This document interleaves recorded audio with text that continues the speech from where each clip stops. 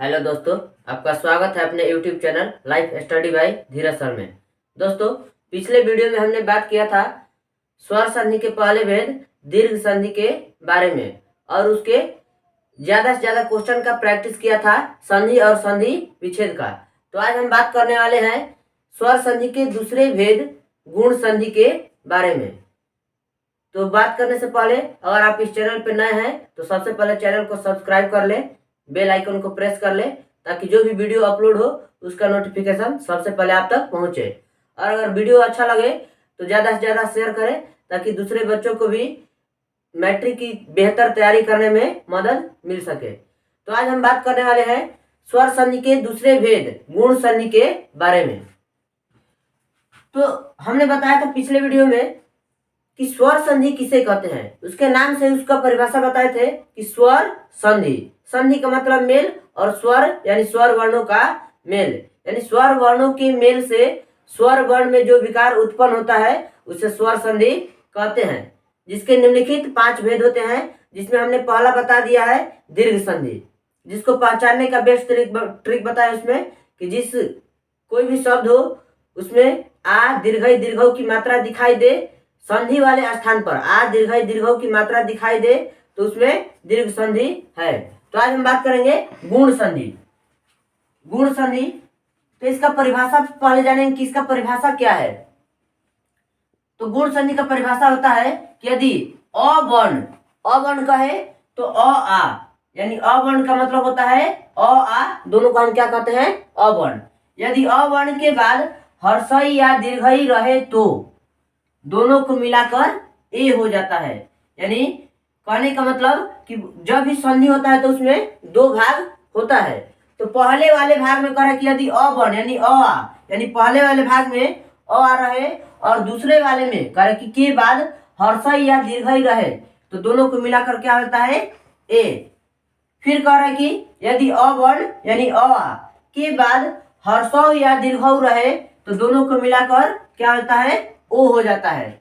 और यदि अवर्ण के बाद री हो तो दोनों को मिलाकर क्या होता है और हो जाता है। जैसे तो गुण संधि का जो इतना परिभाषा है उसको हम इतना रटने की बजाय केवल ये 3 लाइन से इसका परिभाषा समझेंगे कि गुण संधि का परिभाषा क्या होता है। जैसे कह रहे कि अ आ यानी अवर्ण, अ आ के साथ हर्षई या दीर्घई को जोड़ेंगे तो दोनों को मिलाकर क्या होगा ए। फिर अवर्ण यानी अ आ के साथ हर्षौ या दीर्घौ को मिलाएंगे तो दोनों को मिलाकर क्या बनेगा ओ। फिर अ आ यानी अवर्ण अ आ के साथ री को मिलाएंगे तो दोनों को मिलाकर क्या बनेगा और। तो यानी गुण संधि का परिभाषा केवल इस 3 लाइन से हम बना सकते हैं कि यदि अवर्ण अ आ, यदि अवर्ण अ आ के बाद यानी दूसरे वाले भाग में हर्षई या दीर्घई रहे तो दोनों को मिलाकर ए हो जाता है। यदि अवर्ण यानी अ के बाद हर्षौ या दीर्घौ रहे तो दोनों को मिलाकर ओ हो जाता है। यदि अवर्ण यानी अ के बाद री रहे तो दोनों को मिलाकर क्या होता है और हो जाता है। तो इस तरह यहाँ पे हम गुण संधि का इतना परिभाषा रटने की बजाय मात्र इसके 3 लाइन से इसका परिभाषा हम समझे कि किस प्रकार इसका परिभाषा होता है, किस प्रकार गुण संधि में संधि होता है। यानी गुण संधि में हमेशा पहले वाले भाग में अवर्ण होगा अ या आ, पहले वाले भाग में क्या होगा हमेशा अ या आ, और दूसरे वाले भाग में हमेशा क्या होगा हर्षौ या दीर्घई रहेगा तो दोनों को मिलाकर ए होगा। हर्षौ या दीर्घौ रहेगा तो दोनों को मिलाकर क्या होगा ओ होगा। और अ के बाद री रहेगा तो दोनों को मिलाकर और।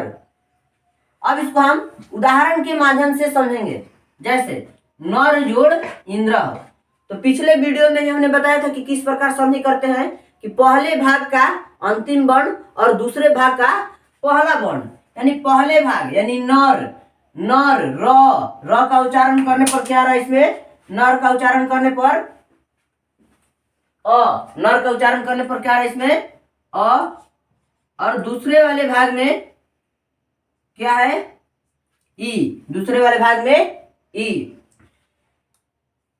तो अब क्या कहता है गुण संधि का नियम कि अ वर्ण यानी अ या आ, तो यहाँ पे अ है, उसके बाद हर्षई या दीर्घई रहे तो यहाँ पे क्या है हर्षई, तो दोनों को मिलाकर क्या होता है ए, यानी क्या हो जाएगा यहाँ पे ए। तो अब क्या बनेगा नर जोड़ इंद्र, तो जो यहाँ र है इसमें विकार उत्पन्न होगा, तो नर में विकार उत्पन्न होगा तो ए होता है, तो क्या हो जाएगा न रे, न रेंद्र, नरेंद्र। उसी तरह दूसरे वे में देखेंगे कि नर जोड़ ईस, नर र का उच्चारण करने पर क्या रहा है अ, और दूसरे वाले भाग में क्या है दीर्घई, दोनों को मिलाकर क्या बनेगा, दोनों को मिलाकर यहाँ पे हमने बताया कि ए, दोनों को मिलाकर क्या बनेगा ए। तो अब क्या हो जाएगा न रे सह, न रे सह। महाजोड़ इंद्र, महाजोड़ इंद्र, महा, इसका उच्चारण करने पे क्या आ रहा है आ, यानी क्या आ रहा है इस पे आ, और इसके पहले भाग में क्या है ई। तो हमारा नियम क्या कहता है कि यदि अ यानी अ वर्ण, यदि अ के बाद हर्ष या दीर्घई रहे तो दोनों को मिलाकर ए हो जाता है। तो यहाँ पे जो इस प्रकार यहाँ पे अ था तो यहाँ पे क्या है आ, यानी अ होगा या नहीं तो आ, और उसके बाद हर्ष या दीर्घई रहेगा तो क्या हो जाएगा ए, तो फिर यहाँ पे क्या होगा ए। तो अब इन दोनों भी विकार उत्पन्न होगा आ और ई में, तो क्या हो जाएगा आ और ई मिलकर ए, तो क्या हो गया यहाँ पे महेंद्र, महेंद्र।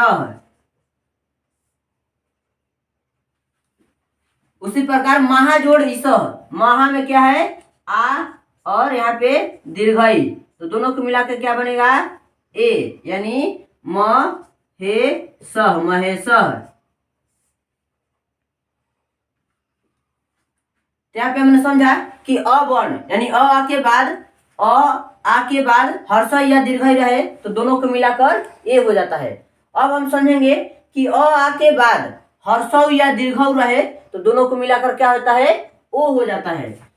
जिस प्रकार पर जोड़ उपकार, पर, इसका उच्चारण करने पर अ और इसमें पहला भाग उ, तो नियम क्या करे कि अ वर्ण यानी अ के बाद हर्ष या दीर्घ रहे तो दोनों को मिलाकर क्या होता है ओ, दोनों को मिलाकर ओ, तो क्या हो जाएगा यहाँ पे इन दोनों में विकार उत्पन्न होगा, इसमें अ वर्ण और उ दोनों को मिलाकर ओ, तो क्या होगा परोपकारः, परोपकारः, परोपकारः। सूर्य जोड़ ऊर्जा, सूर्य जोड़ ऊर्जा, सूर्य य, इसका उच्चारण करने पे क्या है इसमें अ और इसमें दीर्घऊ, तो नियम क्या कर रहा है यहाँ पे कि अ वर्ण यानी अ के बाद हर्ष या दीर्घ रहे तो दोनों को मिलाकर क्या होता है ओ, तो क्या हो जाएगा यहाँ पे सूर्यो, सूर्यो, सूर्योर्जा, सूर्योर्जा, सूर्योर्जा। फिर महाजोड़ उदय, महाजोड़ उदय, इसमें हमने देखा कि अ वर्ण आ रहा था और अब इसमें क्या है महा यानी उच्चारण करने पर आ, तो नियम क्या करे कि अ या आ, अ या आ दोनों में से कोई आए और उसके बाद हर्ष या दीर्घ दोनों में से कोई भी आए तो दोनों को मिलाकर क्या बनता है ओ, यानी यहाँ पे महा में क्या है आ और इसमें उ, दोनों मिलाकर क्या इसमें बनेगा ओ, तो आ उ में विकार उत्पन्न होगा और क्या बनेगा ओ, तो क्या हो जाएगा महोदय, महोदय। महाजोड़ ऊर्जा, इसमें आ और इसमें दीर्घऊ, तो नियम वही करे कि अ वर्ण यानी अ के बाद हर्ष या दीर्घ दोनों में से कोई भी हो तो दोनों को मिलाकर क्या बनता है ओ, यानी क्या हो जाएगा महोर्जा, महोर्जा। देव जोड़ ऋषि, अब आते हैं तीसरे नियम पे। ये दोनों नियम समझ में आ गया कि अ वर्ण यानी अ के बाद हर्ष या दीर्घ रहे तो दोनों को मिलाकर ए हो जाता है, जिसका यहाँ पे 4 एग्जाम्पल है। और दूसरा नियम कि अ वर्ण यानी अ के बाद हर्ष या दीर्घ रहे तो दोनों को मिलाकर ओ हो जाता है, जिसको यहाँ पे हमने 4 एग्जाम्पल के माध्यम से बताया है। अब तीसरा नियम है कि अ आ यानी अ वर्ण यानी अ आ के बाद री आए तो दोनों को मिलाकर क्या होता है, और हो जाता है। तो यहाँ पे देखेंगे देव, देव, व का उच्चारण करने पर क्या है इसमें अ, और दूसरे वाले भाग में री, दूसरे वाले भाग में री। तो नियम क्या करे कि अ या आ दोनों में से कोई भी हो और उसके बाद री हो तो दोनों को मिलाकर क्या बनेगा, और, दोनों को मिलाकर और। यहाँ पे ध्यान देंगे कि र के नीचे हलंत होगा यानी र आधा होगा। तो देव जोड़ ऋषि तो दोनों को मिलाकर क्या बनेगा, और होगा यानी देवर्षि, देवर्षि क्या हो जाएगा, देवर्षि। महा जोड़ ऋषि, महा का उच्चारण कर रहे हैं तो आ और इसमें री। तो नियम हमारा क्या कर रहा है कि अ वर्ण यानी अ के बाद री आए तो दोनों को मिलाकर क्या होता है, और। तो क्या होगा इसमें महाजोड़ ऋषि तो और होगा यानी महर्षि, महर्षि, महर्षि।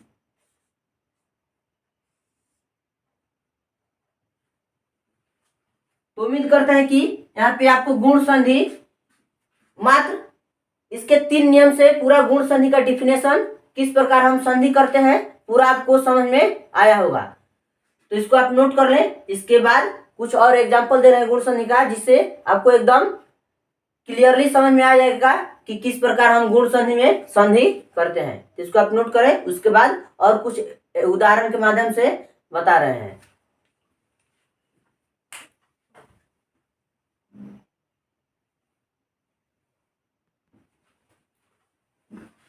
इसको नोट करने के बाद आगे बढ़ेंगे और बात करेंगे गुण संधि के कुछ और उदाहरण के माध्यम से समझेंगे कि किस प्रकार गुण संधि में संधि होता है। और संधि में हमने बताया था कि संधि से किस प्रकार क्वेश्चन आते हैं। तो 3 प्रकार से क्वेश्चन आते हैं कि पहला संधि, संधि विच्छेद और सबसे इंपॉर्टेंट संधि पहचानने की कि किसी भी शब्द में कौन सी संधि है, या मानो कि देगा कि ये जो शब्द है किस संधि का उदाहरण है। तो जिस प्रकार हमने दीर्घ संधि में बताया था उसको पहचानने का ट्रिक, तो उसी प्रकार गुण संधि को भी सेकंडों में पहचानने का ट्रिक है जो हम आगे बताने वाले हैं।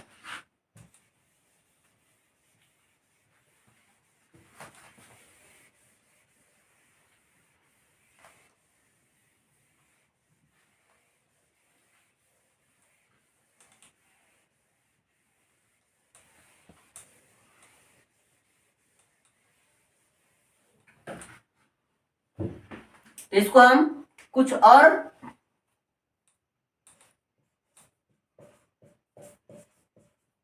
गुण संधि के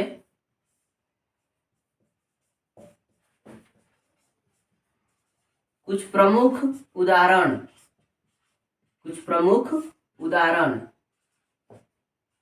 कुछ और उदाहरण के माध्यम से हम समझेंगे कि गुण संधि में किस प्रकार संधि होता है। जैसे सूर जोड़ इंद्र, सूर जोड़ इंद्र। तो अभी हमने बताया कि अ वर्ण यानी अ के बाद हर्षई या दीर्घई आए तो दोनों को मिलाकर ए हो जाता है, यानी इसमें क्या होगा अ और इसमें ई, दोनों को मिलाकर क्या हो जाएगा ए, यानी सुरेंद्र, सुरेंद्र। उसी प्रकार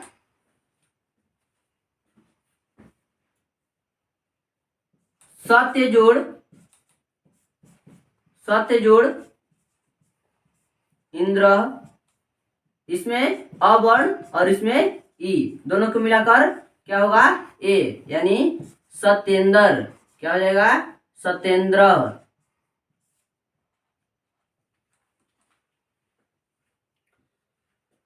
और कुछ उदाहरण के माध्यम समझेंगे।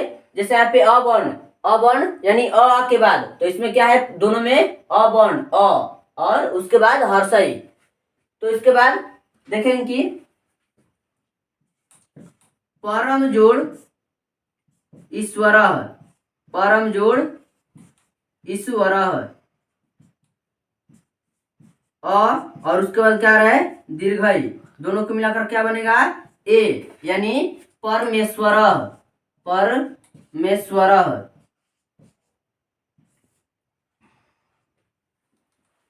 उसके बाद देखेंगे कि रमा जोड़ ईसह, रमा जोड़ ईसह। तो रमा में आ और इसमें दीर्घई, दोनों को मिलाकर क्या बनेगा? ए, यानी रमेशः, रमेशः।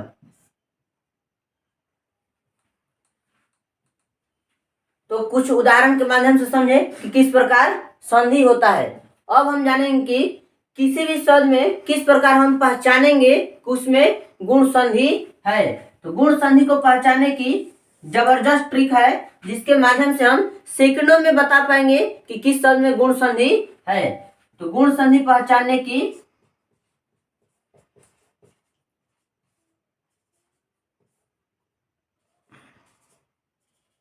गुण संधि पहचानने की ट्रिक, गुण संधि की पहचानने की ट्रिक। तो ट्रिक ये है कि किसी भी शब्द में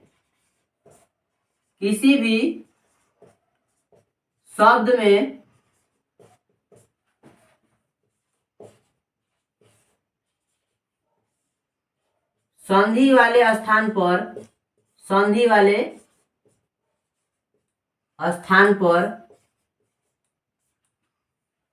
ए ओ और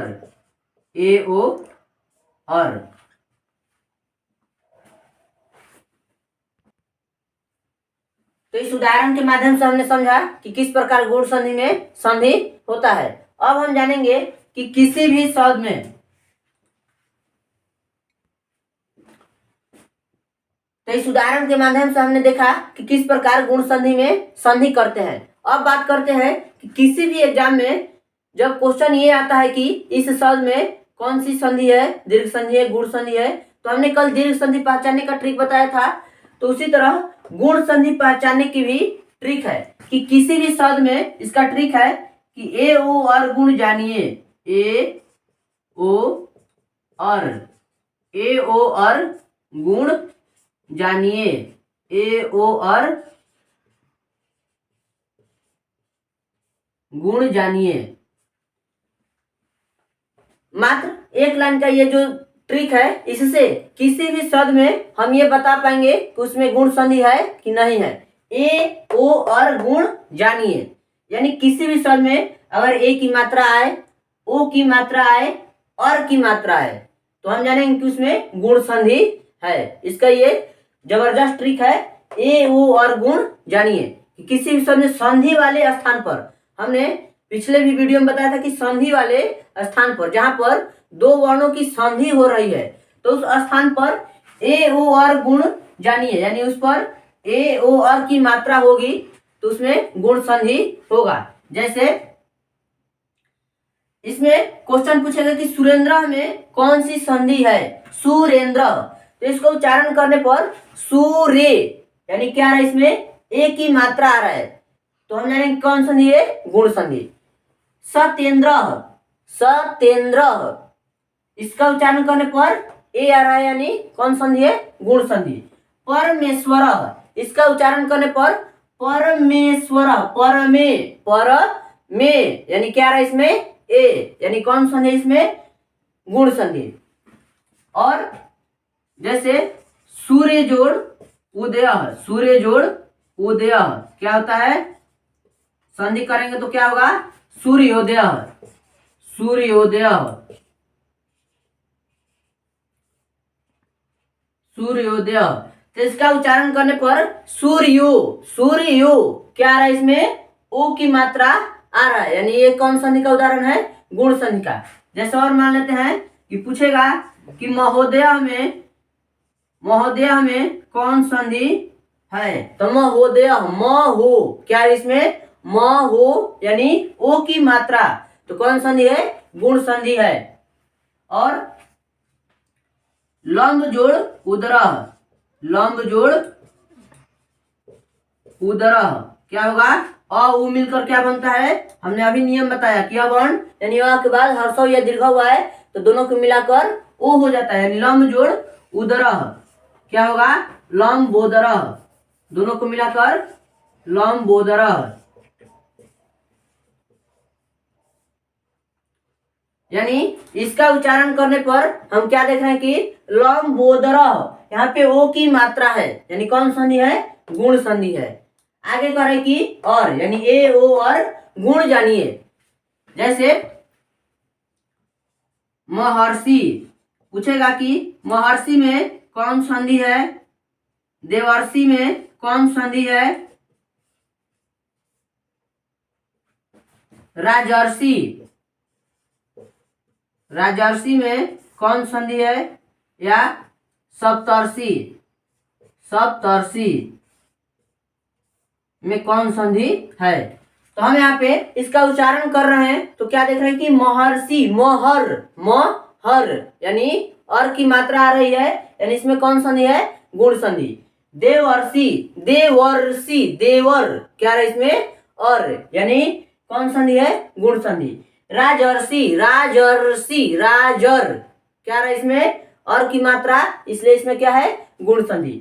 सप्तर्षि, सप्तर, सप्तर यानी और की मात्रा आ रही है, यानी ये क्या है, गुण संधि का उदाहरण है। तो यहाँ पे हम मात्र एक लाइन के ट्रिक से आसानी से समझ पा रहे हैं कि किस शब्द में गुण संधि है। तो इसका जबरदस्त ट्रिक, इसको आप अच्छे से नोट कीजिएगा कि ए ओ और गुण जानिए, ए ओ और गुण जानिए, जिसके माध्यम से सेकेंडों में हम क्वेश्चन को हल कर पाएंगे और बता पाएंगे कि उसमें गुण संधि है कि नहीं है। इसको नोट करेंगे।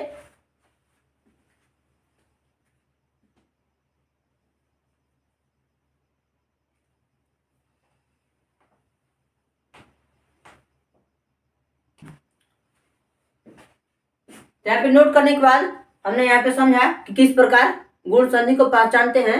तो अब बात करते हैं कि संधि तो हम करना सीख गए कि किस प्रकार संधि किए, तो अब संधि विच्छेद किस प्रकार करेंगे। तो यहाँ पे जैसे यहाँ पे देखेंगे कि जैसे मान लेते हैं कि परम जोड़ ईश्वर से जब संधि किए तो क्या बना, परमेश्वर। अब पूछेगा कि परमेश्वर का संधि विच्छेद क्या होगा।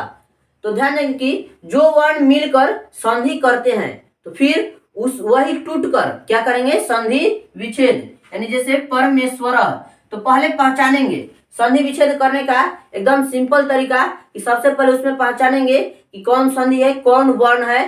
तो यहाँ पे समझेंगे कि परमेश्वर, अगर पूछेगा कि परमेश्वर में कौन संधि है तो गुण संधि है परमे, ए। अब इसका संधि विच्छेद क्या होगा, तो देखेंगे कि कौन सी मात्रा है, इसमें कौन सी मात्रा है, तो परमे यानी क्या है, ए। यानी हमको किसको तोड़ना है, ए को तोड़ना है। तो ये कैसे बनता है, अ वर्ण, यानी अ आ के बाद हर्ष या दीर्घ आए तो दोनों को मिलाकर क्या होता है, ए। यानी ए जब भी टूटेगा तो अ और हर्षई दीर्घई में, तो उसको तोड़ेंगे तो देखेंगे कि परम जोड़ ईश्वर, परम जोड़ ईश्वर। अब यहाँ पे ये क्वेश्चन है कि क्या सर परम होगा कि परमा, तो यहाँ पे वैसा शब्द लेना है कि उसका कुछ अर्थ होना चाहिए। तो यहाँ पे परमा नहीं होकर परम जोड़ ईश्वर, तो इसका संधि विच्छेद हुआ कि परम जोड़ ईश्वर। उसी तरह मान लेते हैं कि महोदय का संधि विच्छेद, महोदय का संधि विच्छेद पूछे तो म हो क्या रहा इसमें, ओ। तो ओ को हमको तोड़ना है, पहले देखें कि कौन सा वर्ड उसमें है। तो कौन सा वर्ण है इसमें, म हो, ओ। तो वो कैसे बनता है, तो अ वर्ण, यानी अ आ के बाद हर्षौ या दीर्घ हुआ है तो दोनों को मिलाकर क्या होता है, ओ। यानी वो जब भी टूटेगा तो अ आ और हर्षौ दीर्घ में, जब भी इसको तोड़ेंगे तो क्या होगा, महा जोड़ उदय, महा जोड़ उदय। मानते यहाँ पे मान लेते हैं कि महर्षि, अगर पूछेगा कि महर्षि का संधि विच्छेद क्या होगा, महर्षि का संधि विच्छेद क्या होगा, तो महर्षि का संधि विच्छेद, तो यहाँ पे देखें कि कौन सी मात्रा है, तो महर क्या इसमें और, तो और कैसे बनता है, अ आ और उसके बाद री, यानी जब ये टूटेगा तो अ आ और री में, इसको तोड़ेंगे तो क्या होगा कि महा जोड़ ऋषि, महा जोड़ ऋषि, महाजोड़ ऋषि। तो आज के वीडियो में हमने देखा कि किस प्रकार गुण संधि का हमने परिभाषा जाना, सिंपल सा एकदम तरीकों से, उतना रटने की जरूरत नहीं है जितना हमने लिखवाया कि किस प्रकार उसका गुण संधि का परिभाषा होता है। उसको मात्र उसके 3 नियम से उसका परिभाषा को समझना है। तो आज के वीडियो में हमने देखा कि किस प्रकार गुण संधि में संधि करते हैं, संधि विच्छेद करते हैं और संधि को पहचानते हैं। संधि को पहचानने का जबरदस्त ट्रिक यहाँ पे हमने बताया कि ये वो और गुण जानिए। तो आज के वीडियो में बस इतना ही। कल बात करेंगे स्वर संधि के तीसरे भेद यौन संधि के बारे में। तो अगर वीडियो अच्छा लगे तो इसको ज़्यादा से ज़्यादा शेयर कीजिए ताकि दूसरे बच्चों को भी मैट्रिक की बेहतर तैयारी करने में, संस्कृत विषय की बेहतर तैयारी करने में मदद मिल सके। तो अगर आप इस चैनल पर नए हैं तो चैनल को सब्सक्राइब करें, लाइक करें, बेल आइकन को प्रेस करें और चैनल को ज़्यादा से ज़्यादा शेयर करें, क्योंकि इस चैनल पे प्रतिदिन सुबह 7 बजे संस्कृत का एक क्लास होता है और शाम 4 बजे विज्ञान का क्लास होता है। तो बस आज की क्लास में इतना ही। Thank you.